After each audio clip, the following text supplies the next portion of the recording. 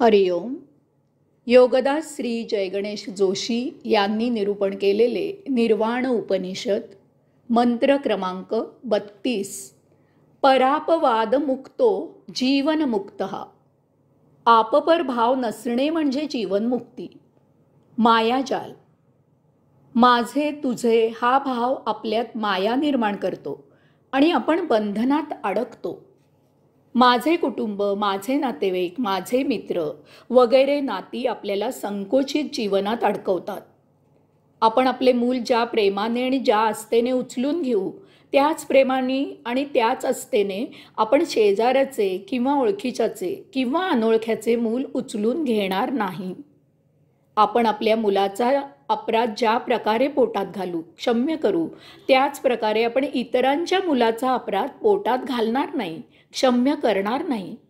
आपल्या भावना हा असा भेद निर्माण करतात.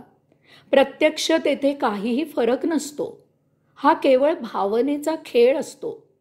किंचितही ओळख पाळख नसलेली लग्न झाल्या क्षणी पती पत्नी झाल्यावर एकमेकांकरता जीव द्यायला तयार होतात. रस्त्यात अपघात झाला तर त्यात आपल्या ओळखीचे कोणी नसल्यास आपण तसेच पुढे निघून जातो. वर्तमानपत्रात मृत्यूच्या बातम्या आपण निर्विकार राहून वाचतो. त्यात आपल्या नात्यातील ओळखीचे कोणी असेल तर आपण लगेच त्यात स्वारस्य घेतो, धावपळ करतो.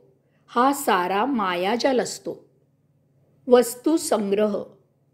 माझे तुझे हा भाव आपल्याला वस्तू जगताच्या भोगापवर्गतेत गुंतवून ठेवतो.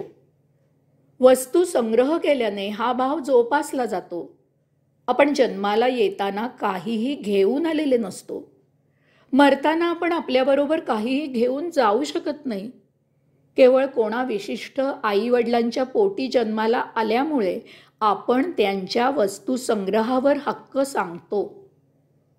कायदे कानून करून, कागदपत्र करून हा हक्क पिढ्यानपिढ्या जोपासला जातो. यामुळे समाजात तेढ निर्माण होते.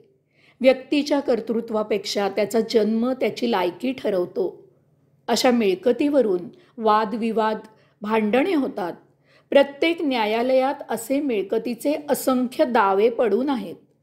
हा वस्तुसंग्रह आपापसात मने कलुषित करतो, जीवन संकुचित करतो. परनिंदा. माझे तुझे हा भाव निंदा करायला उद्युक्त करतो. हजर सभासद वजा करून उरलेल्यांची टिंगल टवाळी करणे, निंदा नालस्ती करणे, उणीदुणी काढणे हा आपला आवडता उपक्रम असतो.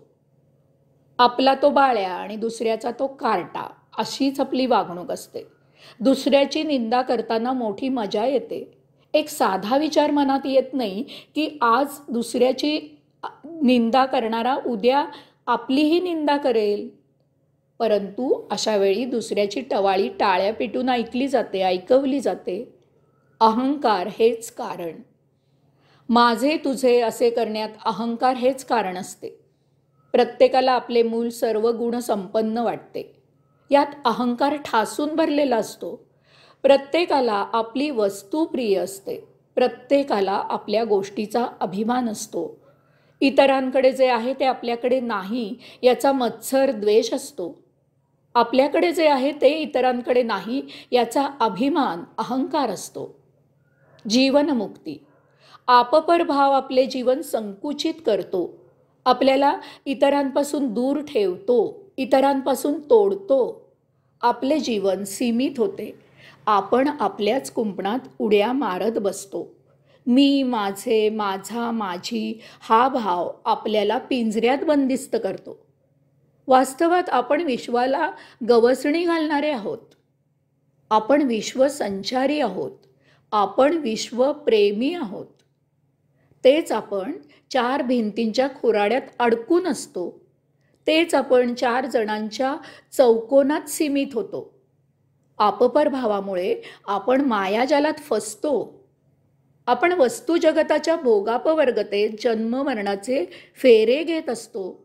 अहंकार जोपासत पोपटासारखे एका ठराविक खुराड्यात असतो. विश्वसंचार न करता खुंट्याला बांधल्यासारखे वर्तुळाकार चक्रा मारत असतो. मेहनत खूप होते, धावपळ भरपूर होते.